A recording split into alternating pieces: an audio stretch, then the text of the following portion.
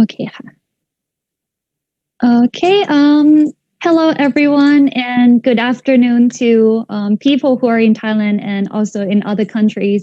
And good morning. I've learned the Polish word is dzień dobry. It's good morning to everyone in Poland as well. Jennifer Shawano-Wanid, a lecturer here at the at Department of Psychology, Chulalongkorn University. And today is actually the fourth event of the series of online seminar hosted by the East-West Psychological Science Research Center. And today we have a very interesting topic titled Collective Narcissism and Religiosity in Poland and also in cross-cultural contexts. We have two guest speakers today from CSWU, Cross-Cultural Psychology Lab, from Cardinal Stefan, Wyszynski, Institute of Psychology located in Warsaw, Poland. Okay, so the first speaker that we have, I would like to introduce you to Dr. Magdalena Żemojtel-Piotrowska. Okay, she is also the director of the CSWU Cross-Cultural Psychology Lab and also associate professor at the university. Her interests are in cross-cultural psychology, of course, social psychology, and also political psychology.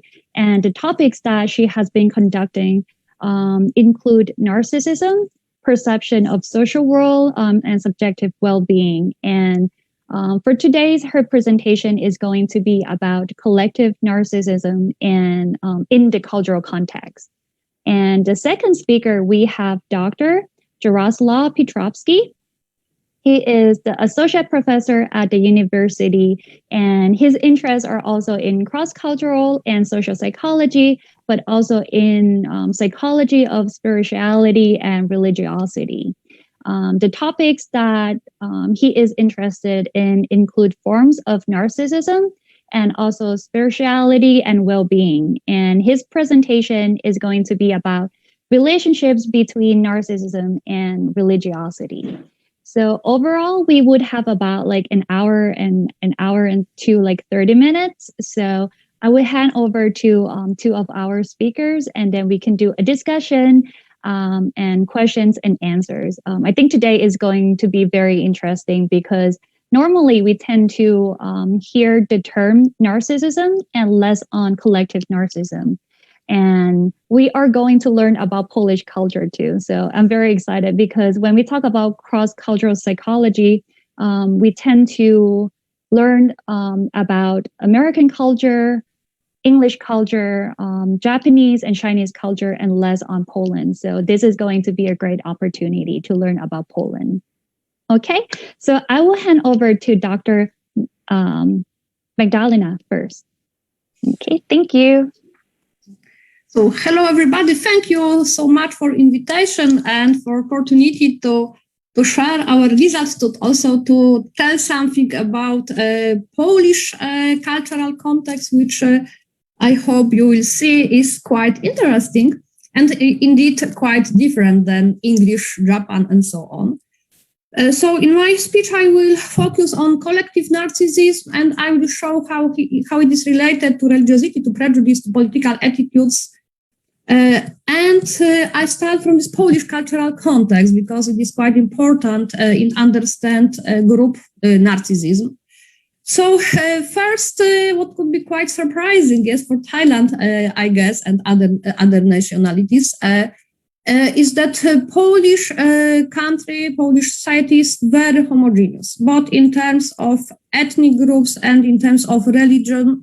It is very strong domination of Polish nationality. So most people here are white. So we have not adopted too much to have, for instance, black Poles.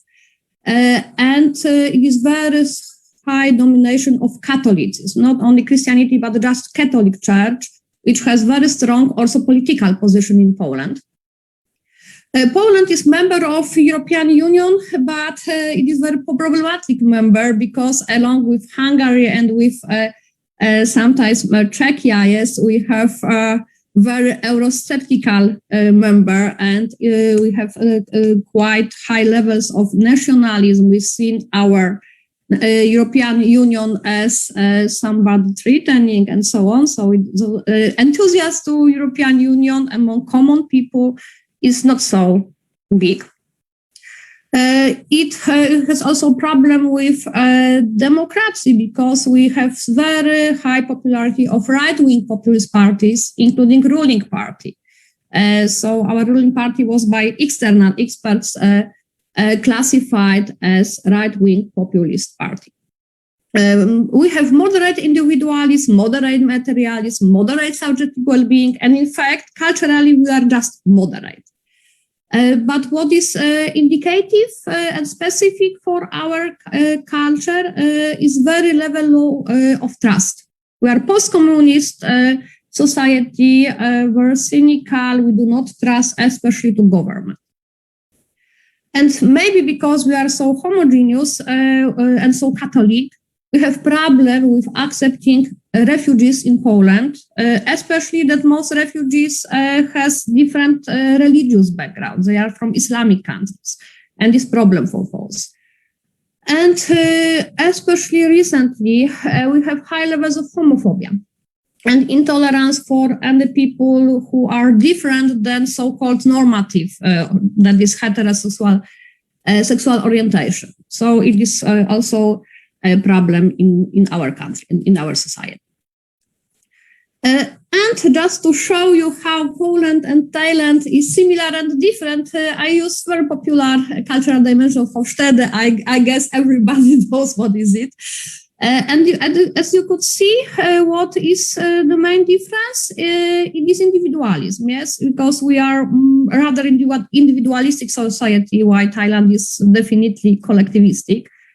And we have very high levels of uncertainty evidence. It is related to our historical past. Poles are just exhausted by many transformation, protesters, uprising, losing independence, and so on and so on. We had very hard historical past. But we are as same hierarchical as your country. We are rather hierarchical society. So this map is maybe less familiar to you, but I suppose that you know also, as cultural psychologist, Schwartz system of cultural values and Schwartz map, and I really like this map. The same as Englehart, Norris, and Welzel cultural map, because Poland is in the center of this map. If you see at Poland, we are just in the middle of everything. We are in the center, we are just moderate on every dimension. And here the main difference between Poland and Thailand is hierarchy. Yes, it is surprising, but it is different methodology. So Poland is in fact perfect comparison group for any cross-cultural studies. I'll always sell our culture in international collaboration. Yes, that we are not outlier in any dimension. So now I could shift to the narcissism. As you told me already, you know a lot about narcissism, but less about group or collective narcissism. In fact, narcissism has incredible popularity, also in cross-cultural studies. It is a common belief that Asiatic countries is low on narcissism, while individualistic American society is high narcissistic. But there are a lot of concepts and theories on narcissism. And recently, Konstantin Sedikides made a very good job reviewing all of them. And he pointed that each form of narcissism has two main characteristics.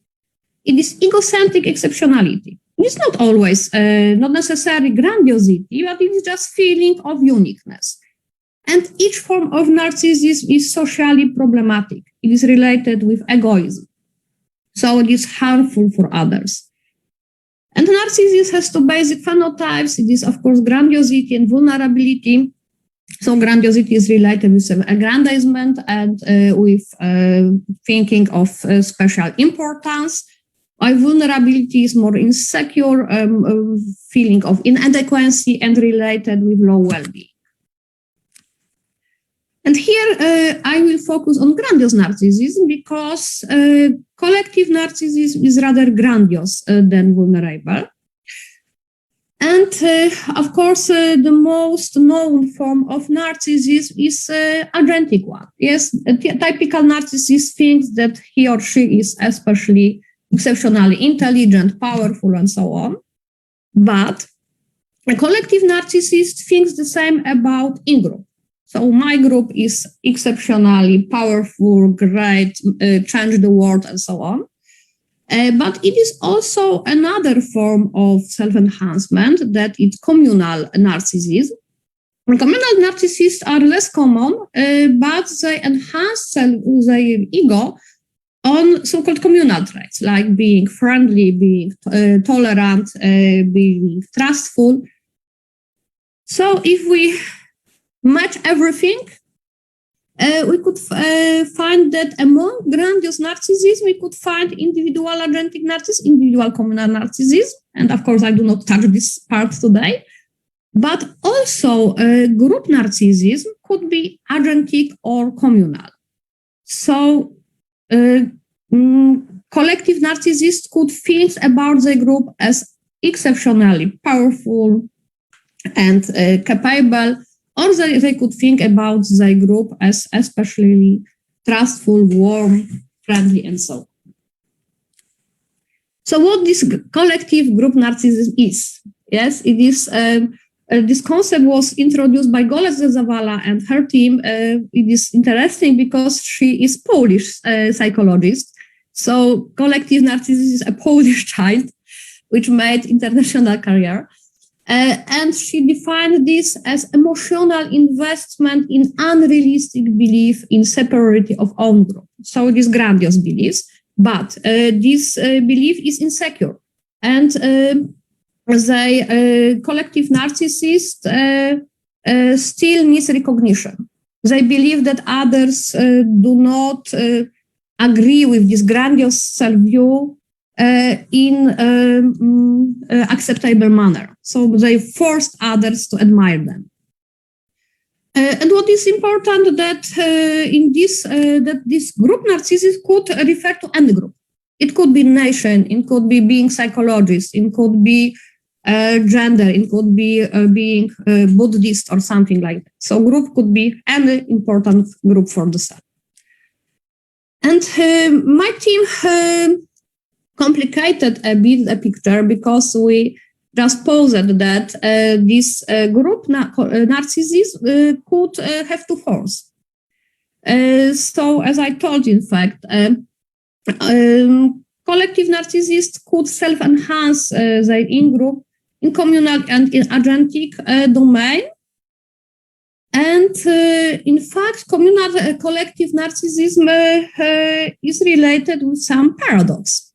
Because in the definition, group narcissists are very selfish, force others to admire them, they react aggression toward any threats. And communal self-presentation requires being nice. So how nice nation could attack other nation? Yes, it is paradox. So communal collective narcissism has some additional to agentic narcissism outcomes like intergroup prosocialness and interpersonal trust. They also prejudice and so on, but they also have some more nice face. And now we again switch into map. And you could see your Thailand is yellow, yes, part, we are green part, what means that in our nations, national narcissism is rather low. The red parts represents the highest narcissism, and it could be surprising, but Canada had very high levels of collective narcissism. So it was surprising if the other nations are not so surprising. So the highest level is in Asia, in our region of Europe, is rather low levels of collective narcissism. And it is more research data because that data was before pandemic. It is the very recent from last year. I suppose that it is easy to be lost here, but what is important, and Poland again was one of the lowest levels of collective narcissism in the 64 countries, while Thailand was rather moderate, but not too high. Yes, it was very fine result that, for instance, China has very high communal collective narcissism. What makes sense as in that time of pandemic, they sending masks to the European Union, yes, to help us to prevent from the virus. So it is seen that it makes deep sense, yes, to study collective narcissism cross-culturally. So why this collective narcissism is so important? How it could be used, yes, in social psychology and cross-cultural psychology. First issue is that it is related to greater prejudice. So this in-group love, this in-group greatness is accompanied by derogation of others. Collective narcissists, especially these national ones, are aggressive. But it is not just aggression, it is aggression especially toward those people, those groups who are perceived as a threat, especially symbolic threat toward positive image of our group. So collective narcissism is related to sensitivity to see threats everywhere. So any negative opinion of own nation, own group evokes aggression. But communal collective narcissism has these paradoxal effects of intergroup prosocialness, but this intergroup prosocialness has very suspicious motives. It is directed only to those who are not threatening. So if it is distant nation like Indonesia or like Italian victims of coronavirus, collective communal narcissism won't help. If there are refugees coming to our own country, they do not want help. So this is not global intergroup prosocialness. And just to be precise, yes, I introduced some basic, I suppose, very well known to you terms. So we understand prejudice as in-group, out-group asymmetry. So this in-group favoritism and out-group derogation, it is very strongly related to the core definition of collective narcissism, and is of course related to aggression. And refugee, it is very important. I guess you very well know, yes, but common people very often mixed or do not understand correctly the term of refugee. A refugee is person who is forced to leave own country because her life is in danger. It is not for economic reasons. Yes, it is not immigrants. And in Poland, common people, when we are doing research on a national representative group, very often mix refugee with immigrant. And in Poland, at least, a refugee and immigrant is equalized to Islamic terrorist. So it is. So when we are studied attitudes toward refugee, will always provide definition to be clear for our participants. And LGBT plus, again, I guess you very well know what is it, but also in Poland, some people are not fully aware. So these people who are, have no normative sexual identifications are sexual minorities. And what we also looked for studying the relation between collective narcissism and prejudice toward refugees and sexual minorities is some possible mediational variables which could explain why collective narcissists are prejudiced toward others. So right-wing authoritarianism, it is a kind of authoritarianism which is related to maintaining social order. Yes, it is authoritarian aggression toward those who are different, and it is very conservative. But recently, in this year, in fact, it was successfully described and measured left-wing authoritarianism by Thomas Costello. And he defined left-wing authoritarianism as negative attitude toward existing social order. They just need to destroy existing hierarchy. So this anti-conventionalism, so rejecting everything what is important for the right-wing authoritarianists, anti-hierarchical aggression, and top-down censorship. They just want nationalists and other people to be silent and move away, yes. And social dominance orientation, because again, you know this concept, it is related to appreciating social hierarchy and in belief that one groups are better than others. So it is related with competitiveness, but not with values like tradition and religion. So having explained everything, now I could show why collective narcissists are prejudiced.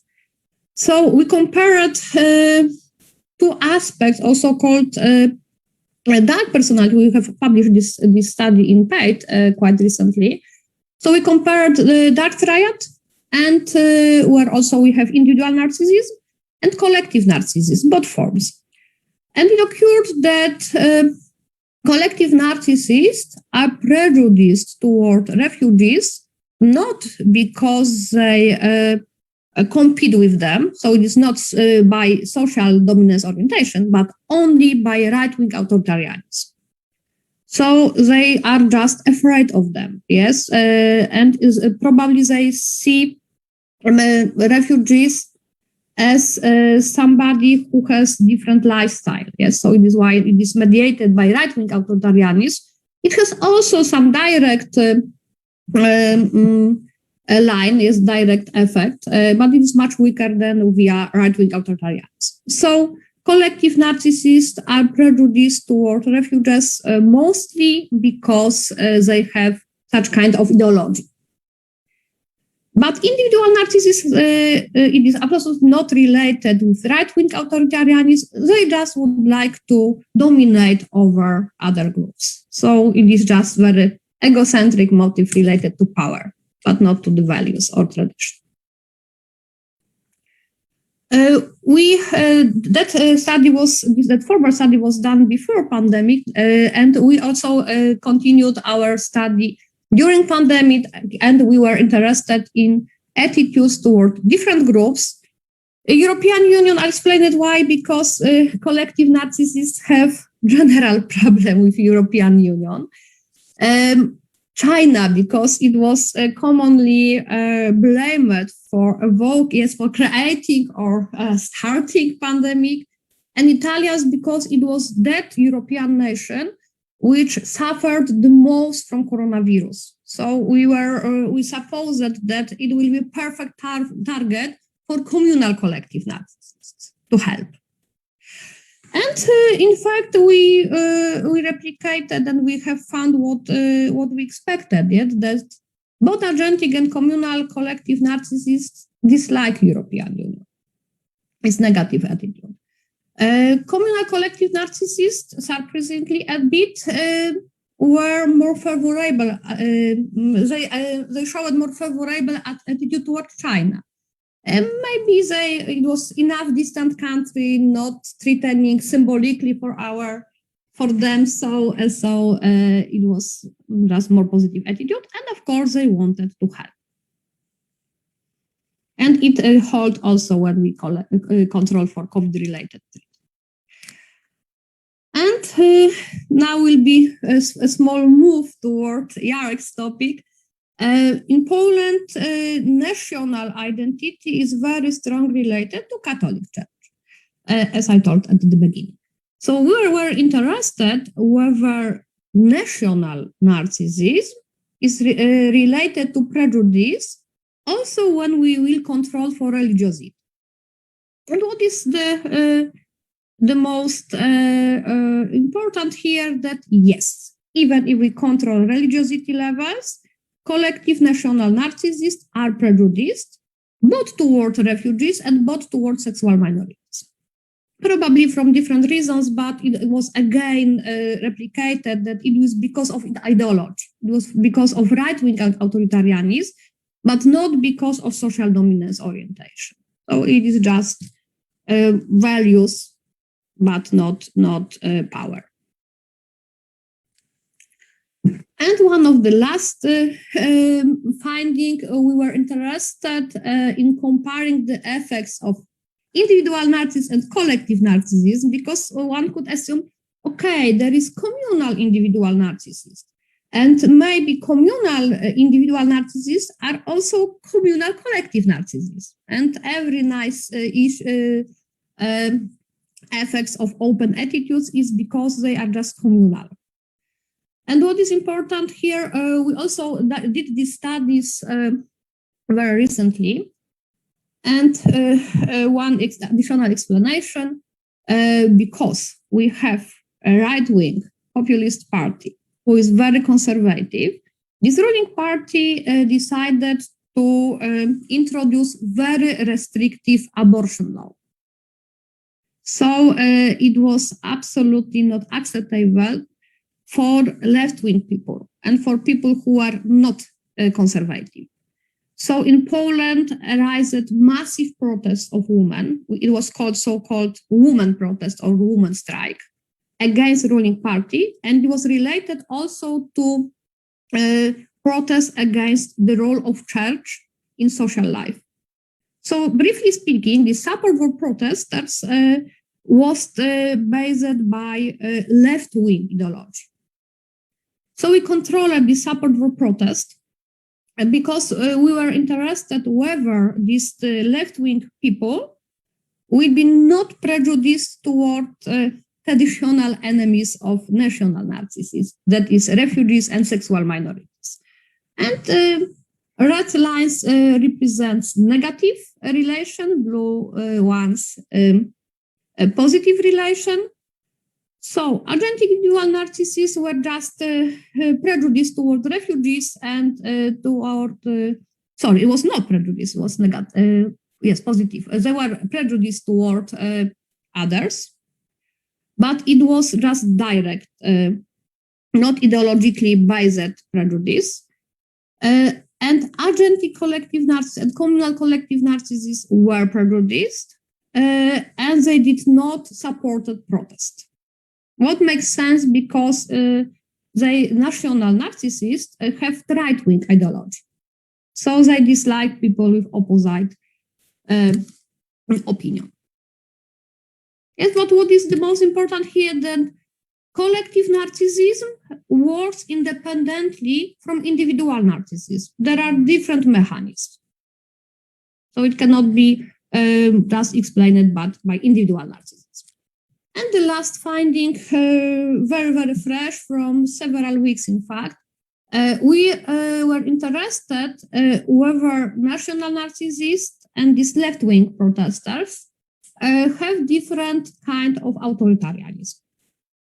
We have suspicions that maybe agentic collective narcissists should be rather right-wing because they want to dominate, and communal because they are more nice, maybe they will be more left-wing. But it occurred that it's not the case. National narcissist was just right-wings, and both agentic ones and communal ones, so the way of in-group enhancement have no meaning here, no importance. And women protesters, participants who had narcissistic identification with these woman strikes had also, but even if they used agentic self-enhancement, in-group enhancement, or communal in-group enhancement, they have just left-wing authoritarianism. So to summarize, collective narcissists are prejudiced toward others because they see them as different, as threatening, but not competing for resources. So it is not about power, but about tradition, worldview, and so on. Communal collective narcissists are rather sensitive towards symbolic threats, agentic threats, so it is why they are prejudiced rather toward LGBT persons than refugees. And communal collective narcissists could manifest some in-group prosocialness, but only to very limited outgroups. Individual communal narcissists are not prejudiced. national narcissists are prejudiced always, and collective narcissists could be both right-wing and left-wing. So it is just the matter is what group they are attracted by. And individual narcissists are just prejudiced toward others because they want power and they compete for resources. So thank you. I hope that I do not kill you by too many details. Thank you. I'm actually impressed by your data and a lot of studies that you guys a lot of data that you guys have been collected. I'm not sure if the audience has any questions at the moment.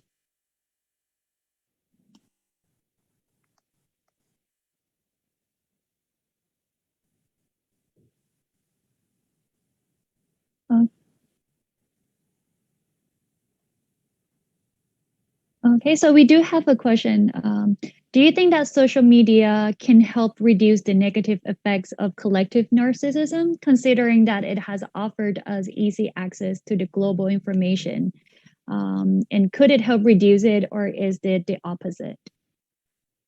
It's very interesting because, of course, I have no opportunity to tell it, but collective narcissists very strongly believe in conspiracy theories. So if they will trust social media, they will buy everything what will be posted on it. So the way to prevent collective narcissism and its negative effects is just control the content. Because if collective narcissists will see any conspiracy theory, he or she will buy it. So providing reliable information is a good strategy. Also, especially these communal collective narcissists are sensitive toward social approval. So if we tell them, okay, if you would like to be a nice person, please get vaccine, for instance, yes? Because every good person use vaccine. On the other hand, agentic collective narcissists believe that they are smart because they enhance themselves in agentic domain. So they would like to be seen as reasonable. Yes, so we could manipulate their vanity and the way how they use they build their inflated ego by selecting information. But it is no studies, or I do not know any studies on diminishing collective narcissism. I hope it is possible, but I don't know. I think your explanation about vaccine is quite relevant to really explain how the differences that we see about the attitudes towards vaccine. I do have a question. When you talk about support for protest, did you measure the attitudes towards support for protest or the frequency of behaviors? We have control question because it was collected by my student who is activist, and she just posted our study on the Facebook forums. And it was all, we asked if you participated in the protests because it was a long-lasting event and a series of activities. So we control it for actual participation. And we have also a set of postulates of protesters. And we asked whether such person agree with these postulates or not. So we have double check both frequency of protesting or being real participant and supporting. So we excluded persons who were opposite to the protests and who never participated in the protest. So it was real protesters, at least as we were able to check this, because it was self-report, of course. Oh, very good. Very interesting. Okay, so maybe we can save the questions after the next presentation. because the next presentation is also about narcissism too. So, okay, so I will hand over to Jarosław. Thank you. I stop sharing. Thank you. I have to share, yeah?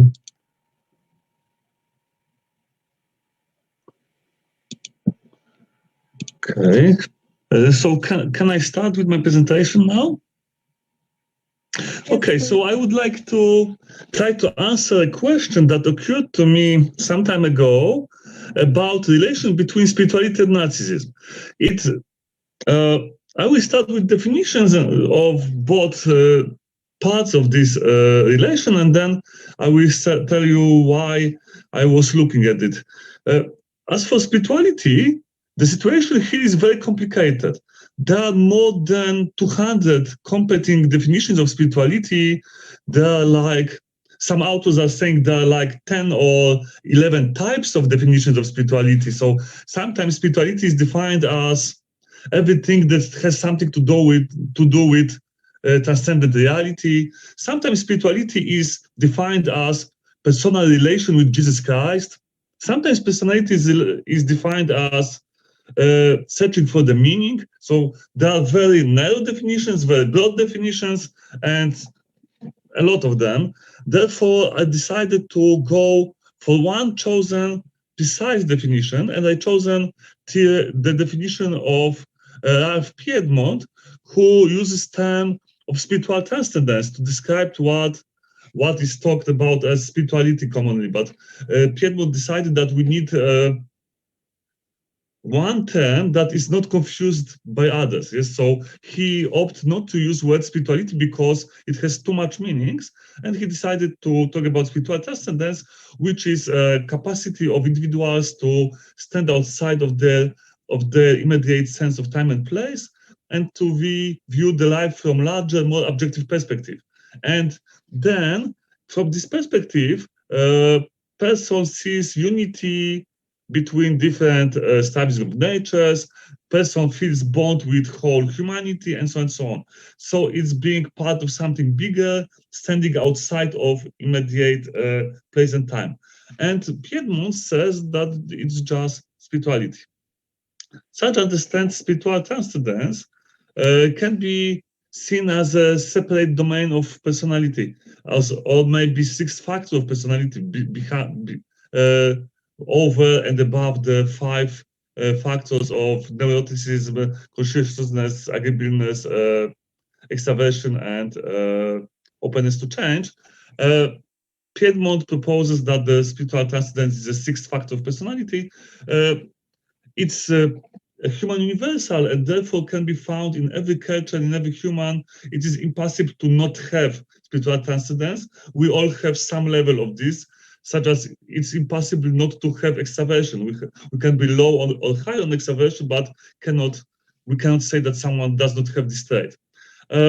Spiritual transcendence, as every personality trait, is consisted of some facet dimensions. Spiritual transcendence has at least 3 of them: prayer, fulfillment, sense of connectedness, and universality. And I will return to it briefly later. Spiritual transcendence, according to Piedmont, can't find expression through religion or through other means. For example, for someone, the spiritual transcendence can be expressed through nationalism, through attachment to his own nation, for example, or maybe through environmentalism or some other ideology or value system or something like that. So spiritual transcendence itself is non-denominational. So it can occur both among Christians and Muslims and so on. I think that we can distinguish 2 main forms of spiritual transcendence. Religious spiritual transcendence, encompassing all those forms that are associated with higher being, with afterlife, prayer, and so on. And according to Piedmont, that would be the prayer fulfillment facet of spiritual transcendence, feeling of joy and contentment that results from personal encounters with the God of one's understanding. Also, here's the feeling of peace during meditation or prayer, things like that. And second form of spiritual transcendence would be non-religious spiritual transcendence. In short, everything that is not part of religious spiritual transcendence. In current version of theory, it's connectedness and universality. So believe that one is part of a larger human orchestra and believe in unitive nature of life. I think that those are only parts of non-religious spiritual transcendence, because as I said, all spiritual transcendence that is not religious is non-religious, yes, but we know only about this part. So I would be comparing religious spiritual transcendence with connectedness and universality taken together as an example of non-religious spiritual transcendence. And I will look at association between those variables and Nazism. I will not spend my time here because Professor Żemojtel-Piotrowska already told you about collective and agentic and communal Nazism. I will just remind you that there are four main forms of grandiose Nazism. I will not go into the vulnerable Nazism today. And why and what is about the relation between spiritual transcendence and Nazism? Some people are thinking that Nazism should be related negatively with spirituality, because spirituality is about losing the self, about getting off the ego and so on. But when we look at the spiritual transcendence as an example of spirituality, it's associated with feeling part of something bigger, about transcending boundaries of ourselves, but the self is, let's say, growing to become part of something bigger. So, in fact, I expect that spiritual transcendence is not in the opposition with narcissistic motives, but it correlates positively with narcissistic motives, because I think that spirituality is not about quieting the self, but about extending it to put more things into the self. Moving into the studies, I would like to present results of 3 studies today. First one was conducted on students of Polish university, mostly students of social sciences. I used Piedmont's scale for measuring spiritual transcendence. I also measured the 4 forms of Nazism named before, so I will not go into the methodological details here. And the results that I obtained show that spiritual transcendence, when we look at the bottom row of the table, we see the correlates of the general score of spiritual transcendence with 4 forms of Nazism. You can see that it correlated negatively with individual agentic Nazism, but positively with all other forms of Nazism. And the correlations were significantly higher for collective forms of Nazism. You can also, when looking at the religious and non-religious forms of spirituality, you can also see that the positive correlation with collective Nazism and with individual communal Nazism are mainly due to religious part of spiritual transcendence, and the negative correlation with individual agentic Nazism is mostly due to non-religious part of spiritual transcendence. So I just already told that. In the second study, I wanted to obtain results to check the results on the representative sample. It was a sample that started as representative, but I collected data on spirituality at the second measurement time. So the sample was less than 1,000. It started with 1,000 people, but in the second measurement time, only a little bit above 800. Sorry, fulfilled all the measures. I used the same scales as in the previous study, and this time the results were similar, but a little bit different.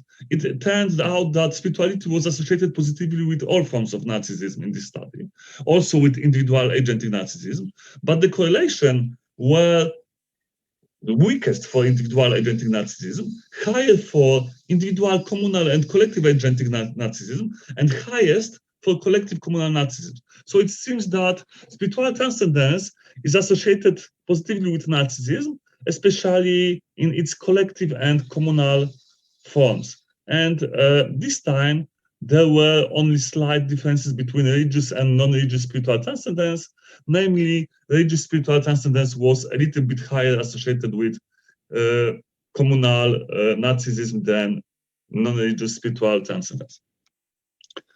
Okay, I already said it. So we obtained data confirming positive association between spiritual transcendence and Nazism in 2 Polish samples. But I wanted to move forward to cross-cultural comparisons just to look how spirituality and Nazism are associated also in other cultures and denominations. So to check whether it is not only Polish or Catholic effect. Unfortunately, I will have to introduce one more theory of Nazism here before moving forward. Bach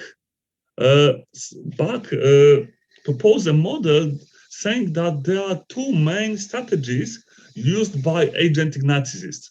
So according to him, agentic narcissists can either look for admiration to trying to maintain grandiose self-image, or he can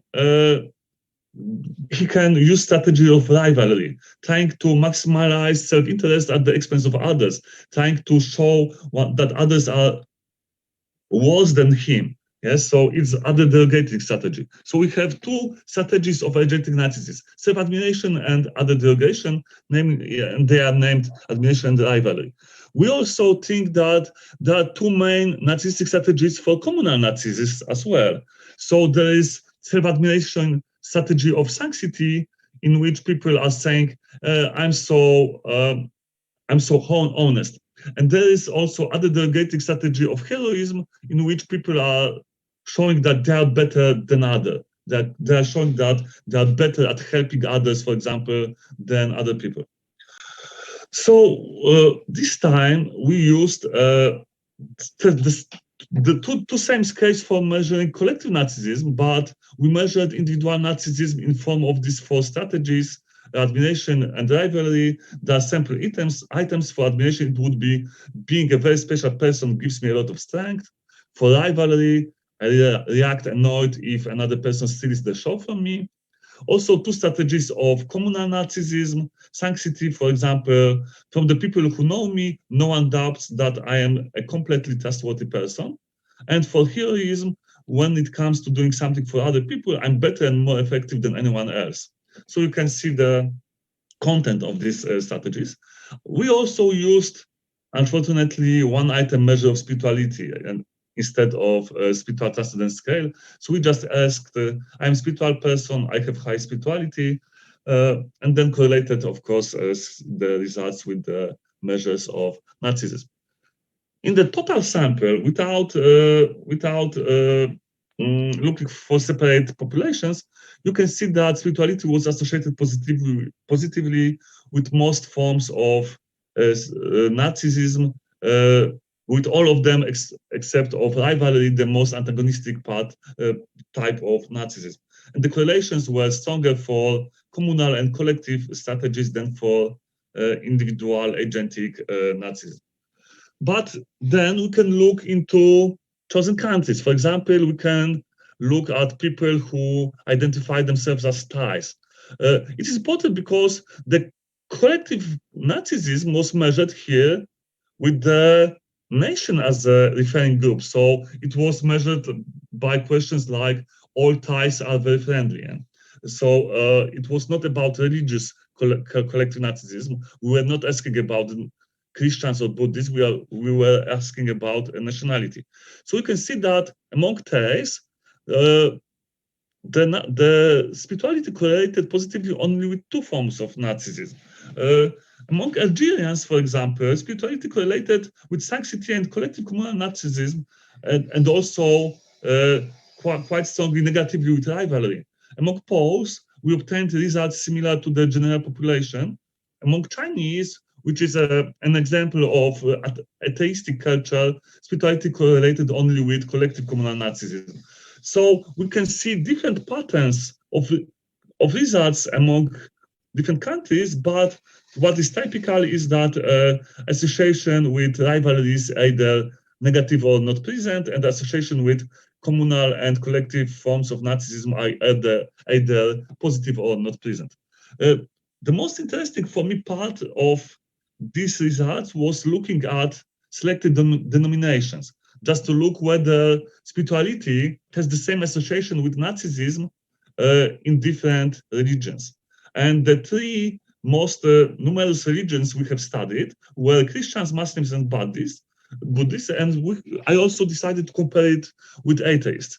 You can see here that results are quite similar, for example, for Christians and Buddhists, that there's negative association with rivalry and positive association with all communal and collective forms of Nazism. The results are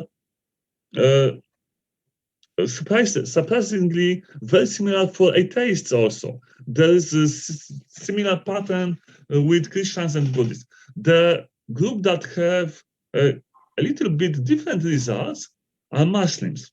Among Muslims, association of spirituality with communal and collective forms of Nazism is significantly lower than in other groups. Also, the negative association with rivalry among Muslims is significantly lower than in other groups. Also, the Muslims are the only group that have very weak but negative correlation between spirituality and admiration. So there's something different about members of this religion, about something different happens here than in other denominations. Why is it that way? I don't know, in fact, but it's something worth investigating in the future, in my opinion. But just to sum up the three studies I conducted, I think I can say that spiritual transcendence is not about ego quieting. It's about extending the boundaries of ego, becoming part of something bigger, and then I can enhance as part of this something bigger. I can say that all members of my country are beautiful, intelligent, and so on. So spiritual transcendence is mostly positively associated with Nazism. These associations are stronger in communal domain and on the collective level than in agentic domain and on individual level. Those associations are mainly due to religious form of spiritual transcendence. And we also know from cross-cultural studies that self-described spirituality is associated negatively with narcissistic rivalry and positively in most cultures with other forms of grandiose narcissism. So it seems that cross-cultural data confirms that spirituality and narcissism are things that go hand in hand. In fact, not opposite thing, or not opposite phenomena. Thank you very much. Okay, thank you. Okay, do we have any questions or any points that you would like to share your opinions or to discuss?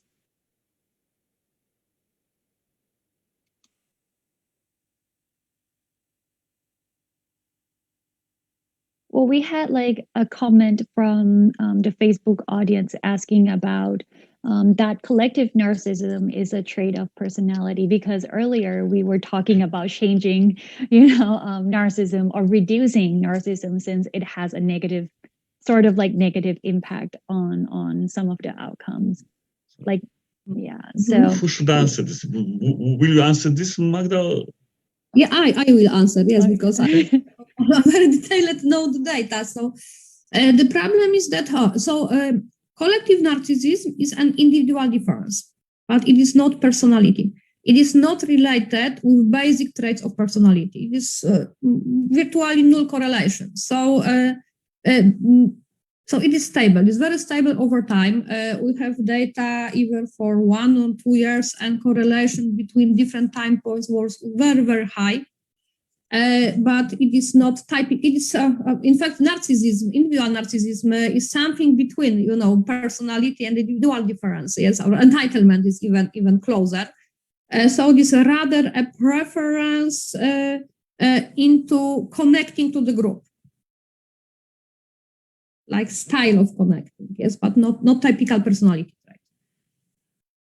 trait. I would like to add one thing, because it's personally interesting for me. I wonder whether people who are collective narcissists in association with one group, for example, if someone have high collective narcissism as a pole, does it mean that the same person have high results in other forms of collective narcissism? For example, if his collective narcissism as a Christian would also be high. We don't know this yet, and I think it's a very interesting thing to study in the future. Yeah, I think I put like a question over here that whether someone who is very high in agentic narcissism in one situation or in one context could be at the same time low in or high in communal narcissism in another context. Like, is it context dependent or situation or dependent? Yeah. It's again very, very good question, because for collective national narcissism, we have found that in fact the very same person has both forms and high. It is really, really strong correlation, and probably this group narcissism, the distinction between agentic and communal enhancement depends on the centrality of the group. So if you are a strong nationalist, you would like to believe, yes, that your group is both powerful and both moral, and then how you react in the situation depends what context will be activated. So, for instance, if somebody will talk that your group is stupid, then you react from the agentic part, yes? And if somebody will tell you that your group is not nice, then you react from the communal part. On individual level, the situation is more complex, and the relation between individual communal narcissists and agentic individual narcissists is moderate. What means that there are persons who are only agentic narcissists and persons who are only communal narcissists. And there are still not too much evidence, but it is, as well, we have suspicions that if you are failed to be agentic, then you turn into communion, because communion does not require efforts. So if you fail exam, you could always say, okay, but I am nice. Yes, so it is some kind of compensation if you have not possibility to enhance in agentic domain.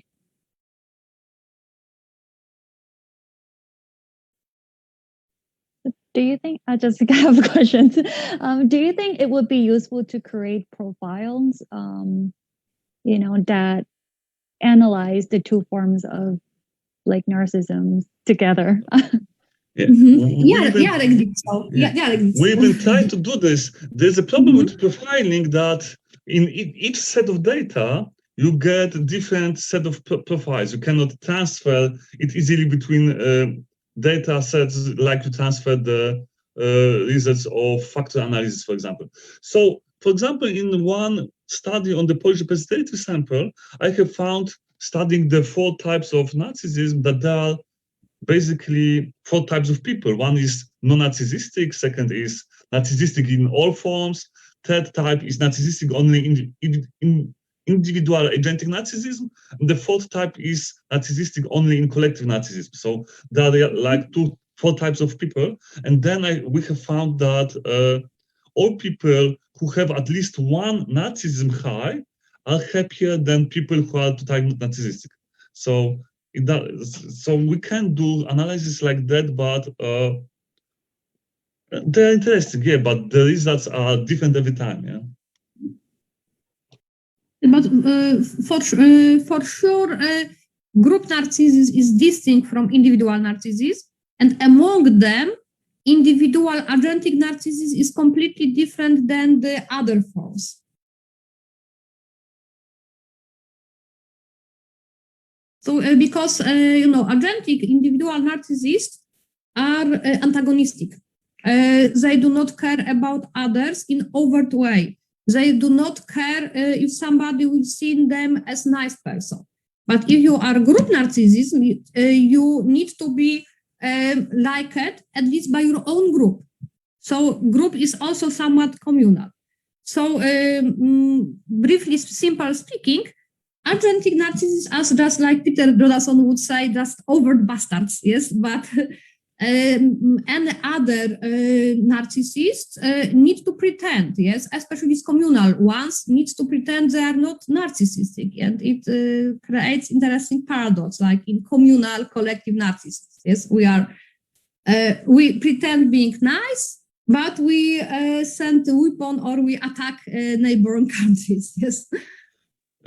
Yes, that's similar to it's like saying I'm the most modest person on the world. Yeah, there's a problem. It's similar to the results of Johann Gebauer in one of his most interesting studies, in my opinion, in which he studied Buddhist monks, and he asked them how important it is to quiet their ego, and then he asked them how good they are at quieting their ego, and it turns out that the more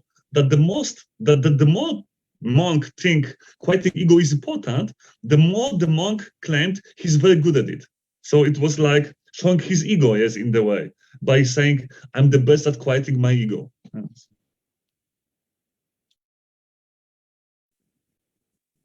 Very complex, but very interesting.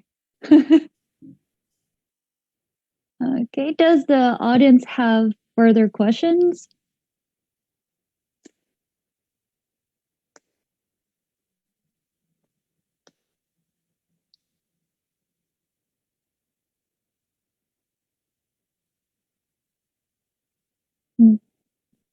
I'm actually conducting a study on narcissism, dark traits, dark triad, and trolling behaviors on Facebook.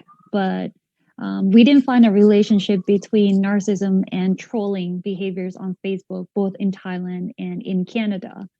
So I was surprised with that. Like we kind of hypothesized that there would be a relationship between the two. Yeah, maybe because I didn't study different forms of narcissism. Yes, it is definitely important because this narcissism in dark triad, it is a bit problematic because it is probably grandiose antagonistic one. We have probably you could look at the work of Bojana Dilic. She made network analysis of what, and probably Radek Rogoza also did a similar study. What kind of narcissism is measured by dark triad? Rather agentic and antagonistic. Yeah, in my presentation, for example, it would be similar to rivalry, yes, to this antagonistic strategy of individual agentic narcissism. Okay. I see some questions on chat, but I don't know if you as host you see, because I noted some question. Yeah, I can see it. Okay. Yeah. So, I was curious. So you, yeah. I know some studies were done on also. Sorry, I will start from the beginning. The scale was successfully adopted in different cultures, confirming that spiritual transcendence is universal. For example, it was adopted among Filipinos, it was adopted in Czech Republic, it was functioning among both Catholics and also Buddhists, so it seems that it works well. We have also conducted cross-cultural study with parts of this scale, but it seems to work well. Yeah? It seems that it is present in every culture, and it seems that it functions similarly in every culture. As for interventions, I'm not sure what you mean by that. So, because spiritual transcendence is, according to the Piedmont theory at least, it's personality trait. So we do not try to change it. Yeah. We could activate it, yes, because it is a stable motivational aspect. So if we provide people spiritual content, then it makes, in fact, some kind of growing, yes, effects of spirituality. And it works also among atheists, yes, in our studies. Yeah, that's yes. So it's activation of spirituality, yes, is another thing. So there's a place for interventions here, maybe.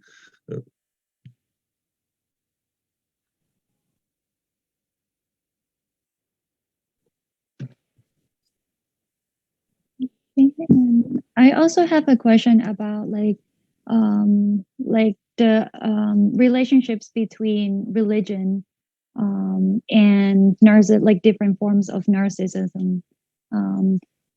you analyze like Buddhism and other three different religions. So with Buddhism, did you analyze the relationship between Buddhism and narcissism further? Like, for example, like you collected data from Thailand and also China. So was there a difference between different countries? Like, could a country be the moderator of the relationship? I think that's quite complicated now because we are taking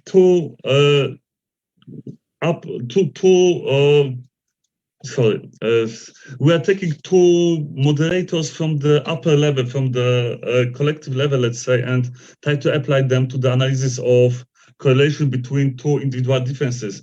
And I doubt if we have enough participants in this study to do it in a reliable way, but we can try to look at this, and we haven't done it.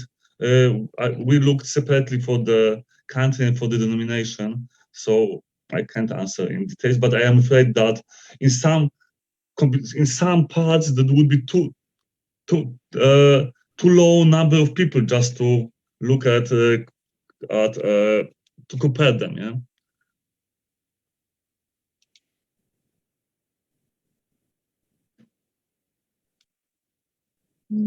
Excuse me, may I ask question?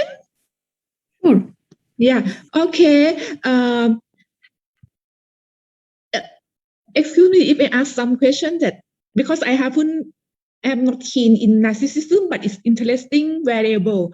And what's the overlap or difference between narcissism and egoistic personality? Is it similar or overlapped? Is it good or not good? Egoistic, ego, ego center and narcissism. From in my opinion, I think it's not good, but I just confused. If I don't have ego, so I feel I have no confidence. So I don't know what I mean.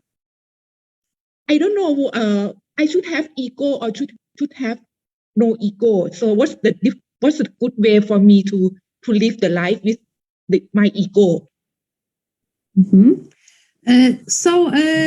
Fortunately, about 3 years ago, Michael Dufner and Jochen Gebauer analyzed a lot of studies on the link between narcissism and subjective well-being and social consequences. So it was directly related to the question, yes, because briefly speaking, for yourself, probably having narcissism is good, especially grandiose narcissism, because people who has at least one levels of one form, yes, of grandiose narcissism are just more happy. But the problem is with social costs, and it depends on the type of narcissism. Probably communal narcissism has very low social costs because such people, communal narcissists, are good in pretending being good. So you need time, yes, to reveal that it is in fact narcissist. Agentic or antagonistic narcissists are overly intrusive, are overly abusing others. So it is very quick to recognize them as egoistic. But in general, at least in this meta-analysis, it occurred that the social cost of grandiose narcissism is rather low. I guess that because they look at both on more positive aspects, this admiration, because if you feel that you are good and so on, it is not harming anybody.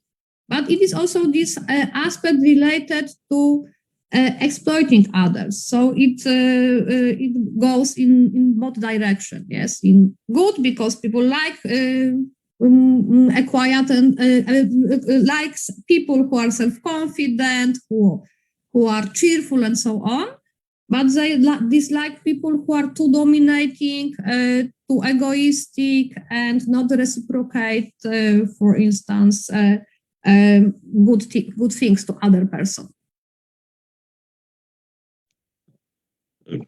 It is. Thank you. I would like to add one more thing about low level of Nazism, because Nazism, as we understand it, is a dimension or set of dimensions, because there are different types of Nazism. So what is happening at the very low end of the dimension? Wilhelm Reich started thinking about it in the early 20th century. So Reich proposed that, and we see it now, Reich proposed that some level of Nazism is good, because if you are totally non-Nazistic, you have very low level of Nazism, you don't care about yourself. For example, when you are sick, you are not going to the doctor. When you are hungry, you neglect your bodily needs because you don't love yourself, you don't care about yourself, you don't have a bit of self-love, a bit of, at least a little bit of egoistic attitude that is needed to care not only about everyone around you, but also about yourself. So very low Nazism can be pathologic as well as very high Nazism. Have to be balance ourselves for narcissism, right? Not good, not high and not low, not too high and not too low. Yeah, I think so. Maybe for personal gains, maybe for personal benefit, a little higher Nazism is good, not for society, but for yourself. But too much is not good, and too low is also not good, for sure. Yes, and we also suppose it is moderated by culture, and because our several results, also Johann Gebauer results, suggest that if you are living in a so-called narcissistic country, yes, society, so where everybody are narcissistic, so if you have low levels of narcissism, you are not fitted to your society. On the other hand, if you are living about very modest society with very low levels of narcissism and you are narcissistic, you are again not fitted to the others. So this cultural person fit, yes, example. Thank you for your enlightenment. So what could be the country variables that is related to, the country level of narcissism that you just mentioned? Yes, the picture is that, for instance, Poland is low narcissistic country. So in Poland, we just dislike narcissists. Your culture, Thailand, is also rather low narcissistic. Yeah. But for instance, we have found that Algeria is high narcissistic country. So maybe there, people who have high levels of narcissism just flourish, yes, and they're very happy. In India is also the case, yes, and in fact, it is my just accidental observation that we have some friends from India, and they are very active on social media. Yes, they have thousands of friends. They put everything. For instance, our friend was in Poland, and he posted a picture when we ate dinner. Yes, so it is a way of sharing everything on social media, and he looks at a very, very happy person. Yes, so. In fact, we have already did such maps of the world, let's say. Here, we've taken together two forms of individual narcissism as a y-axis and two forms of group narcissism as an x-axis. You can find Thailand here. It has similar position to Poland, in fact. Both our countries could be labeled as narcissistic cultures that are not supporting narcissistic attitudes. But for example, Kazakhstan or Armenia, they support both kinds of narcissism, both individual and group. For example, in Nigeria, there's cultural allowance for being individual narcissistic. For example, in Japan, individual narcissism is low, but collective narcissism is rather high. So cultures differ here. We, of course, can look for reasons for cultural and economical and political antecedents of this cause, but Magda would be better to tell about it, probably. We have in fact one published study on dark triad in cross-cultural settings in 49 countries, and we have found that the narcissism from dark triad is related to hierarchy, not to individualist collectivists, but people in hierarchical societies are more narcissistic. And we have also the same we have found the same for entitlement. We have not published these results yet, but we have data for over 60 countries, and it is really related strongly to hierarchical dimension. Yeah, that's interesting because typically we are teaching and learning that Nazism is associated with individualistic culture. Yeah, so that is not true. Yeah. We have just one paper under review, and if it will be published, I can send it to you because we reanalyzed data on individual narcissism, and we again have found that in Foster, very famous paper, Foster found that US has higher levels of narcissism than Japan, for instance, yes, and than collectivistic countries. We made our own analysis, and we have found completely opposite pattern, yes, that individual narcissism is higher among collectivistic countries than, for instance, in US or in our part of Europe. So it is rather related to collectivism than to individualism, probably because in that set of countries, most collectivistic countries was hierarchical. Because Japan is very hierarchical. And when you think about Japan as an example of collectivistic country, that's not very good because Japan is very atypical culture. For example, yes. Nigeria is also collectivistic country. Also, Palestine is collectivistic country. Also, China is collectivistic country, and you can see it spread all over the graph here. Yeah, so collectivistic countries can have both low and high results in Nazism. What is interesting is that what Magda said, United States are described as narcissistic culture. And there's epidemic of Nazism and so on. You can see that United States are the most typical country on the world, according to this graph. Yeah, it's at the very center. It's medium way narcissistic, average collective narcissism, average individual narcissism, everything average. So when someone is saying United States are narcissistic, what about Kazakhstan? Yeah? What about Indonesia? They are narcissistic compared to United States.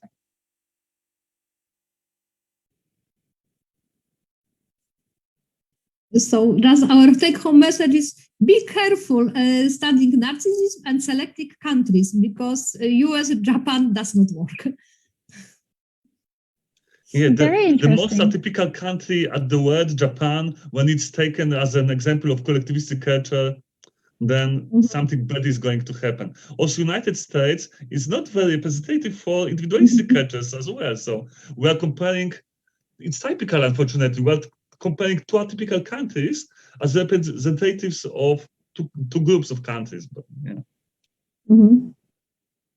I think this is a great example of why we should go beyond a comparison between individualism and collectivism because it gets very complex. Okay. So I think the time is approaching. So I would like to ask a last question. What are your next steps? You guys have been doing a lot of studies on narcissism.